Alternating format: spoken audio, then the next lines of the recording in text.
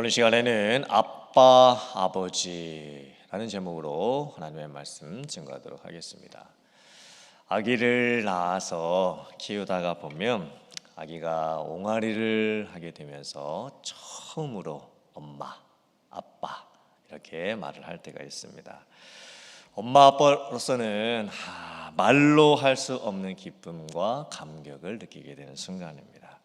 가끔은 제 3자의 입장에서 보면 전혀 엄마라고 한 것 같지도 않고 아빠라고 한 것 같지도 않은데 그냥 옹알이를 한 것뿐인데 엄마는 아기가 엄마라고 불렀다라고 하면서 얼마나 좋아하는지 그 모습을 보면 참 이 엄마의 마음이 무엇인지 좀 느끼게 됩니다.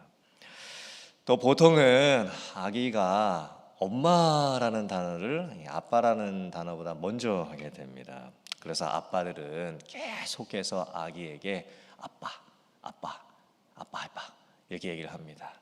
근데 아기는 엄마밖에는 말을 할 줄 모릅니다. 아기가 이제 엄마, 아빠를 부를 수 있게 되었다라는 것이 부모와 아기 사이에서 얼마나 중요한 관계의 발전인지 모릅니다. 서로를 인식하고 이제는 알아보고 이제 관계를 나눌 수 있다는 것이 앞으로 있게 될 가족 관계에 있어서 엄청난 전환점이 되게 됩니다. 성경은 구원의 이미지를 말씀함에 있어서 법적 이미지로 말씀을 할 때가 있습니다. 재판장 되시는 하나님께서 판결을 내리시는 이미지입니다.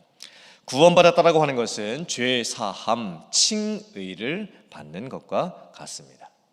또 구원의 이미지를 종교적 이미지로 말씀할 때도 있습니다. 제사, 예배의 이미지로서 화목 제물이 되신 예수님에 대해서 말씀을 합니다. 예수님의 죽음은 피의 대가를 치르는 영원한 효력을 갖는 단 한 번의 제사였습니다. 예수님의 대속적인 죽음으로 말미암아 우리들은 구원을 받았습니다. 또한 성경은 구원의 이미지를 가족관계 이미지로 말씀을 할 때가 있습니다. 구원받았다고 하는 것은 하나님의 자녀가 되었다라는 의미입니다. 그래서 구원받은 사람은 하나님과의 관계가 회복이 됩니다. 그래서 하나님을 아빠, 아버지라고 부를 수 있게 됩니다. 특별히 오늘 말씀에서 아빠라는 단어가 대단히 중요합니다. 아빠라는 단어는 참 독특한 단어입니다. 원래 아빠라는 단어는 아람어입니다. 아람어로서 아바라고 발음을 합니다. 아바라라고 하는 이 단어는 그 당시에 2살 혹은 3살 된 어린 아이가 이제 아버지를 보면서 아주 친근한 관계 속에서 부르는 단어입니다. 특이하게도 한글이 발음이 비슷합니다. 한글에서 아빠라고 하고 아람어로서는 아바라고 하고 영어로 한다라면 아마 한 데디 정도가 아마 될 겁니다. 세상 그 어느 종교에서도 신을 아버지라고 부르는 종교는 거의 없습니다. 대부분의 종교에서 신의 존재는 영적이고 초월적이고 신비적입니다.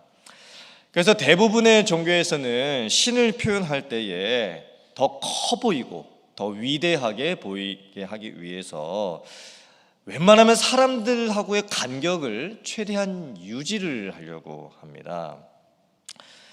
그런데 오늘 말씀을 보면 성경에서는 하나님과 우리의 관계를 아버지 또 하나님의 자녀 이렇게 말씀을 하고 있습니다. 가장 기초적이고 근본적인 관계의 회복에 대해서 말씀을 하고 있습니다. 1살 혹은 2살, 3살 되는 아이들이 엄마 혹은 아빠라고 부르는 것은 배워서 그렇게 하는 것이 아닙니다. 지적인 지식이 생기게 돼서 그렇게 하는 것이 아닙니다. 아기 입장에서 엄마 혹은 아빠라고 부르는 것은 느끼는 겁니다. 본능적으로 알게 되는 겁니다. 엄마 아빠가 나를 온전히 사랑해주는 그 사랑을 베푸는 존재임을 깨닫게 되고 또 먹고 자고 싸고 하는 그 모든 것들을 다 일일이 보살펴주는 사람이라는 것을 인식하게 되고 총체적인 보호를 나에게 제공해 주는 사람으로서 자연스럽게 본능적으로 느끼게 되는 겁니다. 그래서 엄마, 이 아빠라는 단어는요, 가르쳐 주지 않은 겁니다. 가르쳐 주지 않았음에도 불구하고 아기 스스로 본능적으로 창조적 본능 속에서 그것을 깨닫고 말을 하게 되는 거예요. 그래서 이렇게 맺어진 부모와 자녀의 관계는 엄청난 축복입니다. 그리고 평생토록 지속이 됩니다. 끊어낼 수 없는 선물을 하나님께로부터 아기도 부모님도 받게 된 겁니다. 근데 저희들이 오해하지 말아야 될 부분이 있습니다. 우리가 하나님께서 우리 아버지가 되시고 우리가 하나님의 자녀가 되었다라고 하는 것을 우리의 기준에서 생각할 때가 참 많습니다. 즉 우리의 입장에서 우리의 유익과 우리의 편의를 기준으로 해서 생각하게 될 때가 많다라는 겁니다. 우리가 하나님께서 아버지가 되신다라는 그 의미를 생각을 할 때 우리가 늘 이렇게 기대만 합니다.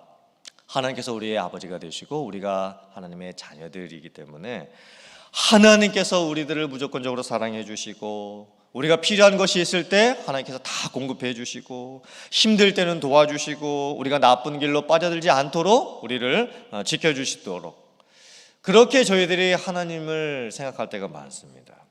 물론 성경 말씀에는 하나님께서 아버지가 되셔서 자녀된 우리들을 총체적으로 인도해 주시고 보여 주신 말씀들이 많이 나옵니다. 근데 오늘 로마서 말씀을 보면 하나님이 우리의 아버지가 되시고 우리가 하나님의 자녀가 되었다는 것을 생각할 때에 우리가 하나님의 자녀로서 우리가 하나님께 대한 태도가 무엇인지에 대해서 더 집중하면서 말씀하는 것을 보게 됩니다. 성도가 하나님의 자녀가 되었을 때에 무서워하는 종의 영을 받지 아니하였다 말씀을 합니다. 그리고 양자의 영을 받았다 말씀을 합니다. 무서워하는 종의 영을 받지 않았다. 이게 무슨 의미일까요? 우리가 세상에서 이제 법을 지키게 될 때에 우리가 국가가 정해놓은 법을 따르게 될 때 그 법을 우리가 보통 좋아서 즐거워해서 그 법을 지키게 될까요? 아니면 안 지키면 벌 받을 것 같아가지고 지키게 되는 경우가 많을까요? 아마 후자의 경우가 더 많을 겁니다. 아마 우리들 중에서 누구도 나는 국가법이 너무 좋아, 나는 국가법을 사랑해, 그래서 나는 국가법을 지켜, 이렇게 국가법을 지키는 분들은 아마 거의 없을 겁니다. 안 지키면 벌 받고 안 지키면 티켓 받으니까 지키게 되는 겁니다. 유대인들의 경우도 마찬가지였습니다. 유대인들이 율법을 지키게 되는데 율법의 종이 된 상태로 율법을 지킵니다. 율법을 안 지키면 처벌과 징계를 받게 될 것을 두려워하는 마음으로 율법을 지키게 되는 겁니다. 사실 율법은 하나님께서 하나님의 백성들에게 주셨을 때는 관계를 위해서 주신 것이었습니다. 처벌과 징계를 목적으로 두려움을 주시기 위해서 주신 것이 아니었습니다. 그런데 유대인들은 율법을 지킬 때 의무감으로 지키는 거예요. 하지 않았을 것을 하게 됐을 때 처벌받을 것 같은 두려움으로 율법을 지키게 되었던 겁니다. 이런 방식은 하나님과 하나님의 백성들의 관계를 온전하게 만들지 못했습니다. 그런데 오늘 로마서 말씀을 보면 우리는 양자의 영을 받았으므로 하나님을 아빠, 아버지라고 부르게 되고 즐거운 마음으로, 기쁜 마음으로, 자원하는 마음으로, 순종하는 마음으로 하나님의 법을 따르게 된다 말씀을 합니다. 하나님을 아빠, 아버지라고 친밀하게 부르면서 내가 하나님의 자녀된 것을 기뻐하며 즐거워하면서 하나님의 법을 기꺼이 자원하여 순종하게 된다 말씀을 하고 있습니다.